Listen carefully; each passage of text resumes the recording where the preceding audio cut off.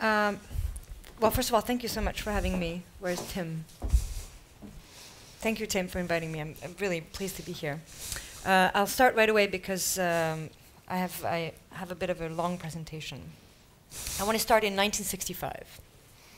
In 1965, Rainer Banham wrote a letter to an American preservationist who had asked him to intervene against the demolition of a building in Chicago. "The day you find me speaking up for the preservation of any building whatsoever," he wrote, "send flowers. The next stage will be the general paralysis of the insane." Banham refused to engage in what he called idiotic preservationist panics for fear of being subjected to what he called every crackpot period group. But he could also have aimed his sarcasm at colleagues with much more modern tastes. 1965 is, after all, the year that Le Corbusier's Villa Savoie was declared a National Historic Monument, thanks in part to the advocacy of modern architects and historians. In fact, the mid-1960s constitutes something of a turning point in preservation history. A year earlier, the first international charter of preservation was signed in Venice, and already in 1963, modern architects had joined with activists to protest the destruction of Penn Station. So here you have Philip Johnson with a suit and Jane Jacobs with the white gloves. Architects also took part in the 1965 White House conference where the phrase World Heritage was coined. This is the same conference that recommended that the cultural diversity of the earth be considered a resource like oil or gas. This 3-year period is bracketed on either side by major legislation in France and the US that extended protection from buildings to entire districts. The 1962 Loi Malraux and the 1966 National Historic Preservation Act. By 1972, the World Heritage Convention was signed, establishing mechanisms for protecting sites of natural and cultural heritage. So where Banham saw idiotic panics, others have seen political empowerment. In fact, this timeline is now rapidly being historicized as the start of a heroic period of conservation, the mark of a politics of expansion that occurred in 4 steps. First, an alliance between the advocates of historic architecture and those of the heroic period of modern architecture. Second, a shift from the preservation of isolated buildings to the conservation of urban ensembles. Third, a convergence of nature conservation with architectural preservation. And fourth, a diversification of the canon of architecture, which is to say an internationalization. And so the narrative goes, a single protective boundary was progressively enlarged by sheer force of activism to include increasingly larger portions of the built environment. But where did this politics come from? How exactly did a historical accumulation in time become a spatial practice that lays claim to entire environments? Some historians have concentrated on the social mediation that was necessary to accomplish this enlargement. In the 1970s already, I forgot one. The German historian Willibald Sauerlander described a qualitative shift from art historical accumulation to a populist cult of monuments that created what he called new ways for historical form to be socially mediated. International activists have chosen their words more carefully. For example, Piero Gazzola, the founder of ICOMOS, has noted that preservationists turned their attention to urban spaces, natural sites, and vernacular typologies at the same time in disparate places all over the world, by saying, in the space of 10 years, we have gone from punctual protection to global protection. A decade later, French historian François Chouet diagnosed something more sinister in the globalization of heritage, a strain of narcissism. Heritage today, she wrote, seems to play the role of a vast mirror in which we contemplate our own image. Chouet detected in new technologies the product of a hidden mediation that spreads a cult of passive self-contemplation through a global network of monuments. This diagnosis was recently confirmed by none other than Rem Koolhaas and his researchers at AMO, who are here today, who recently wrote that preservation is, quote, overtaking us. In this formulation, passivity acquires its own logic, its own autonomy. What these 4 statements imply is that the expansion of preservation has been accompanied by a loss of agency, not an empowerment. They imply that heritage itself has become a kind of self-sustaining machinery, a kind of architectural technology. So today I want to take this claim seriously. I want to ask what role technology played in heritage expansion in the 60s. And by this, I don't mean simply that it was primarily against technological progress that preservation coalesced as an international movement in the 60s. Nor do I mean that technological obsolescence is the proper criterion to determine what qualifies as historic, although this was certainly Raynor Banham's position. So Banham thought that to be modern meant to keep pace with the technological situation. What I mean is that by changing conceptions of history, including architectural history during the 1960s, these must be thought in relation to changing conceptions of technology, including conceptions of technological development. Like other architectural practitioners, preservationists in this period tried to keep pace by adopting and adapting the technologies they were fighting against. Before it became a social medium, I will argue, preservation became a medium to cool, an architectural technology, and a mass medium for the production and reproduction of place. So I'm going to do this by presenting one episode when the expansion from punctual to global was the subject of an international competition, an international engineering competition. The subject of the competition was this temple, the Temple of Abu Simbel, which was moved over 20 years, 120 meters over and 60 meters up from its existing site. And this salvage has become famous for being the first major international campaign for an exclusively cultural aim. And the story begins not in Abu Simbel, but in a little bit further up in Aswan in 1964. So on January 14th, 1964, the New York Times published a photograph of the Soviet and Egyptian presidents, Khrushchev and Nasser, hurling rocks into the Nile to begin the construction of the Aswan High Dam. In a decade when the Cold War reached extreme technical sophistication, this act of throwing stones stands out as a raw demonstration of technopolitics, a delegation of political power to an enormous machine. Designed to render fertile entire stretches of desert and bring power downstream to Cairo, the machine was to be a multi-purpose structure, one of the largest rock-filled dams ever built. Large-scale infrastructural projects like this one were favored bargaining chips of leaders like Nasser in this period, and the dam had started as a Western-backed project. So in 1956, Nasser had obtained a promise of funding from the US and the UK and the World Bank, and then this offer had been taken away after he had refused to cut ties with USSR. So, and after a sort of tug-of-war that included the Suez Crisis, eventually in 1964, this was being built with Soviet money and expertise. And so this photo was presented in the West as a cautionary tale. Suspended in mid-air, the stones of the dam were carriers of a political force that could stop not only the flow of the Nile, but also Western channels of influence in the Middle East. Khrushchev himself declared his intention to, quote, drown capitalism on the entire African continent. And Western experts in response, the same ones who supported the dam, now vilified it as a monopolization of the Nile, accusing Nasser of wanting to build himself a pyramid. Not to be outdone, Nasser endorsed the comparison. One pamphlet, this one, argued that Aswan's public works were more grandiose than those of the pharaohs, computing that the dam would use enough stones to build 26 ancient pyramids, pointing out that the dam was itself in the form of a collapsed pyramid, and that whereas the pyramids were monstrous because they were useless, they wasted material and exploited labor, the Aswan Dam was a new kind of monument, larger and more human, that would remain perpetually active. Pyramids were timeless, but the dam was a monumental shortcut to the future. By 1964, this conflict between two kinds of monumentality, the one ancient and static, the other modern and dynamic, had been staged as a face-off in the desert. The dam had become a veritable iron curtain, to use another Cold War infrastructural cliché, which divided the Nile between Eastern and Western Bloc. Downstream, and somewhat confusingly, downstream is up and upstream is down. So downstream, over 800 engineers built the dam.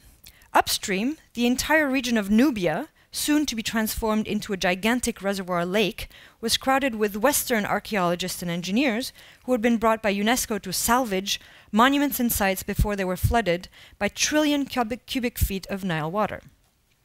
Between 1960 and 1980, 24 Egyptian temples were surveyed and moved. The temples of Abu Simbel, shown here on their own inauguration, were the largest and most impressive of them, and they were understood from the start as a counter-monument to the dam. But unlike the dam, which generated power, the colossi of Abu Simbel appeared impassively to absorb the immense effort that was invested into that. So in 1960, for example, the UNESCO Courier published one cover making an appeal to the world to save Abu Simbel. 4 years later, an almost identical cover proclaimed victory in Nubia. Nor was it very explicit what kind of political power had been used to achieve this victory. So on the left, the Soviets proudly claimed that it was Russian-Egyptian friendship that built the dam. That's what that says, Russian-Egyptian friendship, Aswan. In contrast, UNESCO made use of what Bruno Latour has called its sociological Esperanto to describe its work. It was the world that saved Abu Simbel. That's what that says on the right.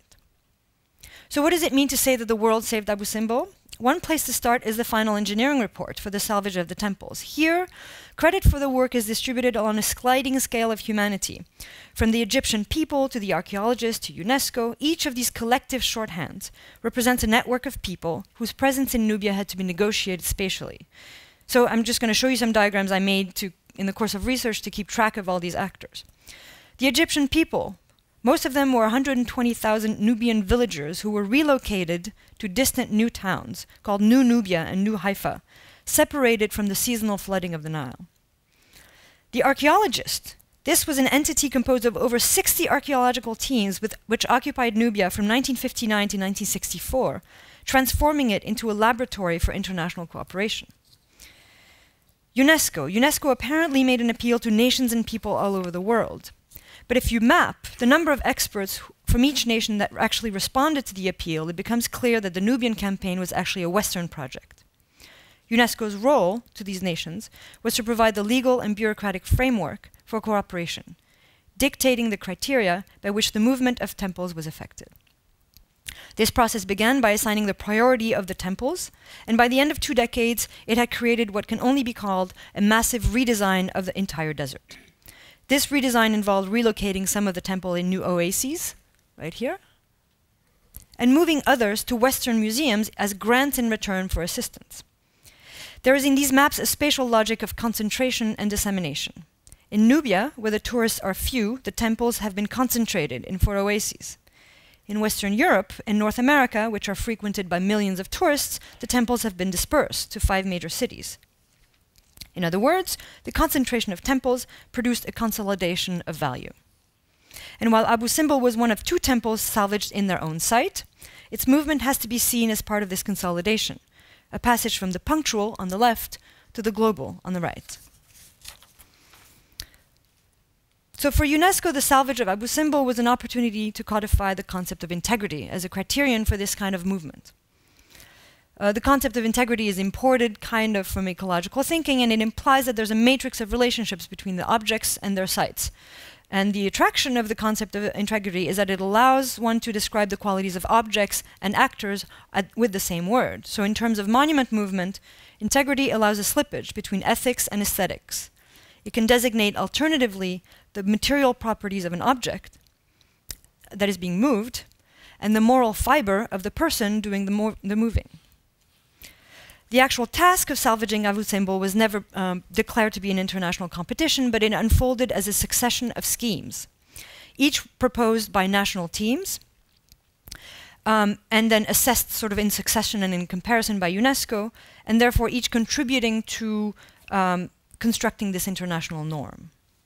Each team was also an experiment in collaboration with an engineer here at the top row. The engineers were more likely to understand integrity as a structural notion. A team of architects in the middle, for whom integrity is a kind of placemaking logic, and then there are some advisors who I'll talk about later. This intricate division of tasks was further complicated by a debate over whether any modern human agency should be legible in the desert at all. And each team gave an answer that was clearly indebted to a national discourse of preservation, which I will recall here when I talk about the schemes. And I just want to say something about that, my aim is not to caricature the discourses of these nations, but one of the ironies of preservation history is that it's one of the earliest parts of modern architectural theory that became international in the 19th century, ever since Viollet-le-Duc and Ruskin traded jabs across the English Channel. But because preservation practice is mostly overseen by national authorities, many of the traditions and the practices and the sort of the practice of preservation has remained very well into the 20th century very nationally based. So there are national traditions that run very deep that is reflected in the way that these teams made their proposals. The first scheme was proposed by a French engineering firm of Coine-Bellier to preserve the temple in its site by building a rock-filled dam in front of the temple. This scheme was reintegrate the monuments into the desert by using the same technology that radically transformed it in the first place. Coine-Bellier were specialists in thin shell concrete dams, but they left the design of the shape to the French architect Albert Laprade. Laprade sought to preserve what he called the extraordinary harmony between the elements of this unique site. He did so by devising an intricate choreography involving the orientation of the sun, the arrival by water, and a once-a-year alignment of the rising sun with the innermost shrine of the temple. So you arrive by water at the level of the lake, and you come down this long side into the front. Laprade felt no qualms leaving a legible gesture in the sand, as long as it was aesthetically continuous with its original setting. In this sense, he engaged in the French practice of restoration, as defined by Viollet-le-Duc, which is to say the practice of, quote, reinstating a monument in a condition of completeness, which could have never existed at a single time. This condition of completeness had long been the French answer to the question of integrity. But Laprade also spent much of his career designing neo-vernacular buildings against the Beaux-Arts ideal. And so in reconstructing what he called this timeless landscape, he explicitly rejected the circle for being too perfect. Instead, he adopted an elliptical gesture. But the architectural legibility of this dam only concealed its weakness as an engineering proposal. As one of the chief archaeologists for UNESCO realized, unfortunately, quote, dams are made to go across streams, not to protect something on the other side of the stream. Therefore, most of the preservation would be done by a pumping station, which is located right here. Faced with the prospect of perpetual upkeep, UNESCO decided to formalize an alternative plan, which had been proposed by the conservationist Pietro Gazzola. Gazzola had been the first to propose liberating, quote-unquote, the temple from the mountain, influenced by an Italian tradition of painting restoration, which made a distinction between the skin and the structure of a painting. Gazzola turned the monument into a building with a facade, a structure, and a site, or as he called it, the rock, the block, and the box. The temple would be lifted by a grid of hydraulic jacks. I'm sorry, I don't want to point to you. 1 millimeter at a time, from underneath. This too implied a certain idea of integrity. As theorized by Cesare Brandi in his 1963 theory of restoration, the idea that, of preserving, quote, the material wholeness of the work of art. So the difference between Italian wholeness and French completeness was that while Laprade posited a timeless state, Brandi identified a precise moment in time. Restoration, quote, occurred at the methodological moment in which the work of art is appreciated in its material form. Restoration, in other words, is a reenactment of value. One advantage of this theory of reenactment is that you could allow for exposing modern technology.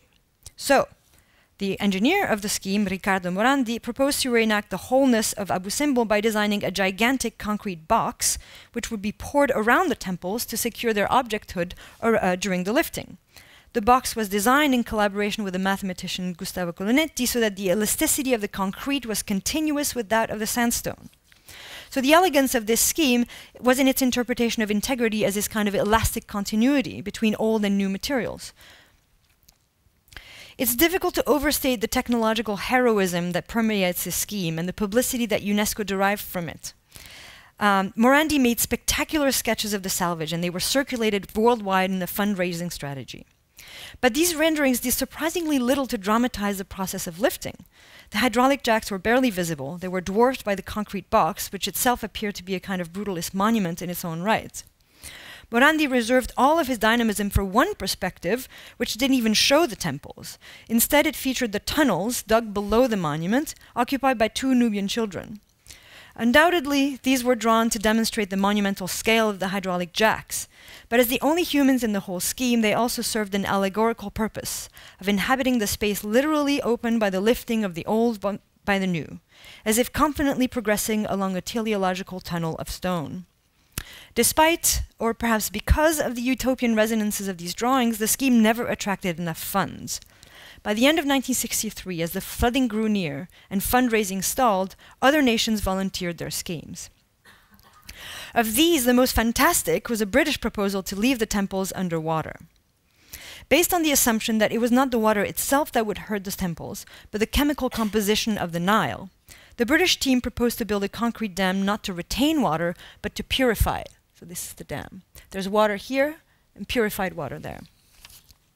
The scheme was designed by a very young Ted Happold on behalf of Ove Arup, along with the architects Jane Drew and Max Fry.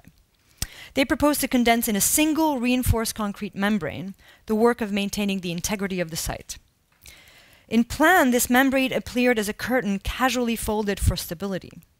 The ingenuity of this solution lay in the thinness of this interface between object, subject, and site. It was not the monument, but the visitor that was encased in bubbles, tunnels, and shafts. Visitors were shown casually strolling the underwater realm in leisure suits, as if ordinary city dwellers had been transposed into this nomadic underwater condition. So you can see here. Here, too, the scheme reveals a debt to a national tradition, which began with when John Ruskin defined restoration negatively as, quote, the most total destruction a building can suffer. Ruskin, you will recall, preferred that buildings be left to the forces of what he called universal decay. And much had changed since Ruskin had done this, but in the 20th century, British restoration architects had turned this sort of creed into a careful science, where you could maintain old buildings through a combination of material chemistry and picturesque planning. And certainly this circulation route was picturesque. So from the top, the visitors took an elevator down where you could then circulate around this tube and see the sort of colossi through these, you could get glimpses of the colossi, but you could never get the view of the whole thing. Or you could also go underneath the shrines and get a worm's eye view from here. The original idea had been proposed not by an architect, by a film producer, Bill McQuitty, who was an avid scuba diver. He had a theory of underwater perception, which is that you see things better underwater because it's kind of like a magnifying glass. And he intended his visitors to swim around the monuments with scuba diving equipment. So McQuitty also complemented this kind of picturesque scenography with an environmental futurology. He predicted that nuclear power would replace electricity, that the dam would become obsolete, the reservoir would be drained, and the temples would be rediscovered. So this is the scheme that resonates the most with contemporary environmental sensibilities, but it was also made too radical, and anyways it was proposed by the British, from whom the Egyptians were having very strained relations, so it was very unlikely to sort of succeed. And it captured public imagination, so you hear reports about this scheme, but it was really never taken seriously by UNESCO. In contrast, another French scheme was officially proposed, but it never gained publicity, except as a kind of one-liner. This was designed by the French military engineer Albert Cacot. The proposal was to float the temples to a new site in synchronicity with the rising of the Nile. Cacot had designed various aeronautical inventions for military civilian uses, and these circular floaters were inspired by ship cleaning technology. So the elegance here is that the scheme used modern hydraulics, but also appealed to an ancient tradition of using the Nile to move monuments. But the elegance of its solution only did not compensate for its incompletion. So clearly this is a kind of brutal way that the monument would be cut with a kind of pyramidal ways. In fact, this scheme had only been proposed as a last-minute attempt at a wet scheme before the dry thinking was brought to its dreaded logical conclusion. And so none of these schemes were implemented, but I'm going to let the introductory sequence of the film version of the World Saved Abu Simbel show you what happened instead. That's fine.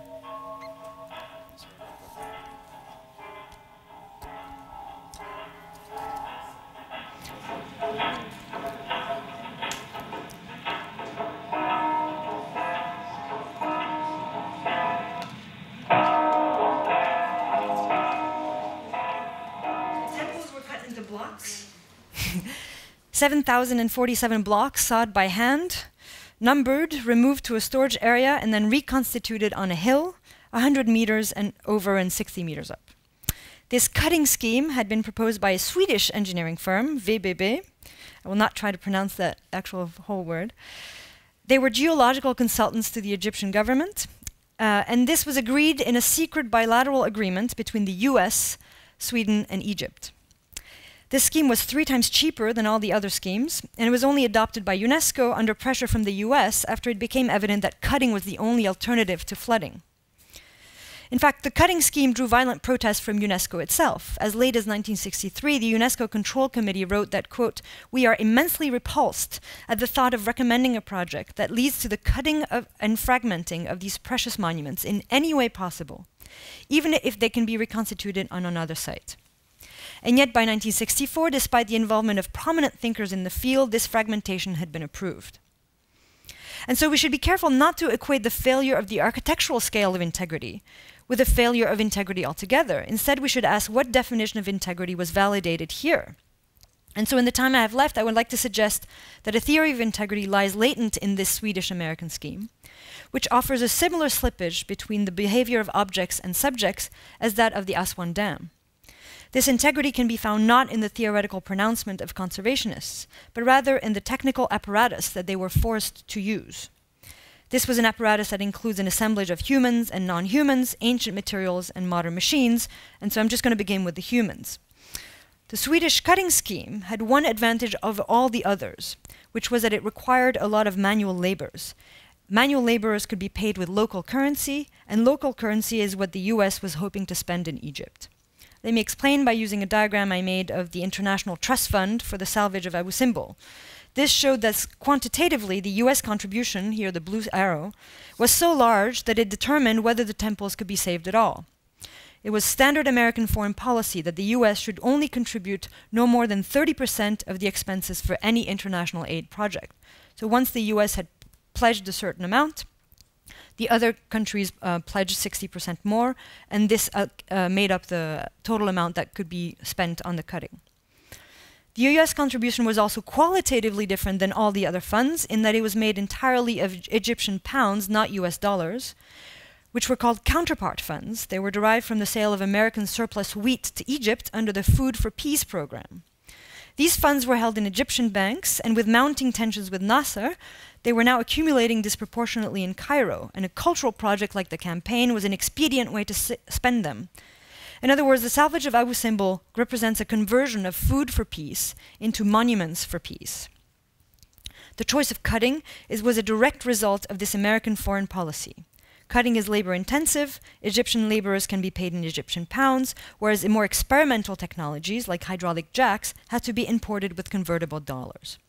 And so here the function of human labor is not, as is often claimed, to lend cultural authenticity to architecture.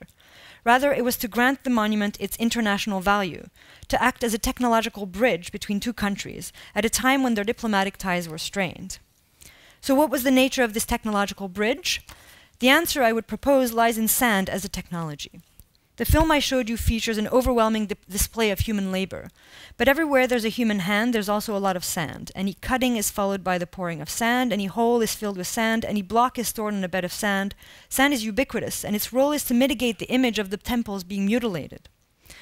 Sand is also important because it holds together the three aspects of the technological apparatus that saves the temples. Three aspects I would designate as aggregation, spectacularization, and calculability. And in the time I have left, I'm going to go through these extremely quickly, and I apologize for having to gloss over them, but otherwise I'll go over my time. So aggregation. VVB replaced the architectural idea of integrity, based on the legibility of a block, with an engineered integrity based on the mechanics of sand. This process began, by inscribing monument movement in an intricate system of sand displacement. VBB maintained Abu Simbel's image as a monolith, all the while cutting it into increasingly smaller pieces. This process began when VBB were geological consultants to the Italian scheme, and they described monuments geologically as an aggregate system, both with drawings and with plexiglass models. That the integrity of the stone lies in its aggregability is most obvious in the VBB claim that, quote, every piece of ancient stone still exists. What this claim does not report is the glue that had to be added between each of these stones in order to maintain their integrity. So architecturally, it's actually epoxy that performs the integrity of the temples, and epoxy was injected both before and after the cutting. Secondly, there's a continuity between the scientific description of the monument as an aggregate and its spectacularization as of its movement. And by this kind of awkward word, spectacularization, I mean both popular and specialized process. In terms of popular entertainment, VBB engineered a direct alliance with archaeology. For instance, they covered the entire temple fronts with sand. This was done to minimize damage to the sculpted figures while the mountain was being dismantled. And this is a very clever technological solution, but it also highlights the modern nature of the temple as discovered rather than their ancient nature as sculptured. So, Abu Simbel, it must be said, spent much of the 19th century being repeatedly dug in and out of the sand. So people would go and dig, and then the wind would blow sand back up, and so they would dig up again. A process that even became so famous that it earned Abu Simbel a place in Freud's office above the couch. So this is an image of Abu Simbel as a kind of invitation to introspection. Spectacularization of a more specialized kind also occurred during the process of recording and reconstructing the temples. I'm thinking here of the two techniques that were allied to cutting and injecting, namely filming and photogrammetry. Throughout the entire campaign, camera crews recorded the movement of every stone, and the filming contributed its own mechanics of cutting and editing to staging the salvage as an act of human handicraft. The camera is here to certify the ethic and integrity of the salvage crews and the authenticity of the stones. And then there's another way that specularity was built into the process of salvage by mechanical vision. These are film stills from a documentary about the photogrammetry that was used to survey and then reconstruct the artificial topography of the temples. Here what you see in this film, which I can't show you, is a mechanical reenactment of the optical planarity of Egyptian relief. Here, specularity means the intense and close-up examination of each point on the visible surface of the temple, and then reenactment of these points by the eye and the body of the photogrammetrist. The aesthetic significance of this multiplied optical tactility is that it allowed a working over with new tools of what Allais Riegel had called the objective surface of the work of art, a reenactment of Egyptian profiles with modern technologies. This brings me to the third character, calculability, which is to say, the ability of the Swedish scheme to be inscribed into a project of economic development. Because the American funds had to be appropriated by Congress, there was actually a sustained debate about the cultural value of salvaging the temples. And here I'm particularly interested in the critiques made by those who were against saving the temples, because they were the ones most likely to refer to aesthetics as a reason for not doing it at all. So, 4 critiques. The first critique is that the temples were crudely made, that they were not particularly fine examples of Egyptian architecture, and therefore not unique enough to be saved. Look at the thick knees, one critic wrote. This critique echoed the judgment of many architectural historians, including Siegfried Gideon, who found the temples too small to be monumental, too big to be refined. They were simply colossal. A related debate among art critics was that describing Abu Simbel as sublime meant that UNESCO encouraged a confusion between spectacle and art. The temples were valuable only as part of a spectacular sequence on the Nile. UNESCO was only trying to create a tourist attraction in advance. But American officials were unfazed by the crudeness of the temples and the accusations of vulgarity. This was in turn used by some foreign Egyptologists to warn that if Abu Simbel was saved by US funds, they would become a symbol for American civilization trying to achieve colossal presence in the world. This critique rehearsed a well-known historical argument about the so-called Americanism of Egyptian architecture. And this leads me to the last critique, popular among prehistorians and politicians, that Ramesses was not a particularly important pharaoh, but a megalomaniac obsessed with reproducing himself. His only claim to history was that his narcissism had produced an industry for the mass production of sculpture. So Abu Simbel was simply a site where, to quote one critic, Ramesses had himself sculpted in quadruplicate. Ironically, this repetition rendered each sculpture less valuable. But none of these critiques dissuaded American officials from authorizing the salvage, because they merely pointed out that the temples of Abu Simbel were essentially mass-produced objects. What I'm suggesting is that the temples were saved not in spite of the fact that they were cut into blocks, but because they could be cut into blocks while remaining authentically themselves. The temples of Abu Simbel were already proto-postmodern monuments, emblems of a hollow, narcissistic imperial power, and their preservation was merely an act of further mass reproduction. I have to skip because I can see the urgency with which... well, I skipped to say that basically the value of each of these temples was not in their objecthood, but in the way that they were disaggregated. So the US wanted to pay for this one island, which represented many kinds of Egyptian architecture, Instead, Egypt used their US money to dismantle all the temples and then waited for individual countries to pay for each of the temples. So if you invested money here and here, you could earn yourself a temple from here and there, basically. Here are the 4 temples that were granted as gifts to the Western countries. That the value of each temple lies not in its architectural form, but in its material reassembly, is evidenced by the widely divergent environmental standards with which they are being conserved. At the Met, an immense amount of architectural effort went into the design of the atmospheric conditions. In Madrid, they are exposed to the outside air. And no, the weather in Madrid is not so good that you could just expose it to the outside air. What is being conserved in these 4 sites is not the temple as an object, but its state of reconstitution. And in light of this progressive redefinition of the temples in finer and finer grain, I want to return one last time to Gazzolla's pronouncement of a passage from punctual to global. Again, the classic interpretation is that monuments became smaller and more vernacular, while the boundary around them became more global. But in the case of Abu Simbel, which has been literally injected with boundaries, a monument that blurred the boundaries between object and environment, is the protective boundary that became finer, more punctual, and the monument became proportionally more global. And so let me conclude with a call for architects and historians to examine the technologies of heritage conservation more critically. Taking heritage seriously not only as a cultural, social, or political tool, but also as a technology, alerts us to the fact that every debate about agency and passivity in preservation is really a debate about architecture as a medium. What I've been describing, the alliance of soil, mechanics, photogrammetry, all of this, is the birth of a medium of mechanical reproducibility. And I don't mean reproducibility in the negative sense. I mean simply that architecture was made to obey a logic of media and of repetition. The logic of moving monuments was allied with a logic of moving images. A logic of storing stones was allied with a logic of storing photographs. And a logic of handicraft was allied with a logic of mass production and reproduction. Thank you. Sorry.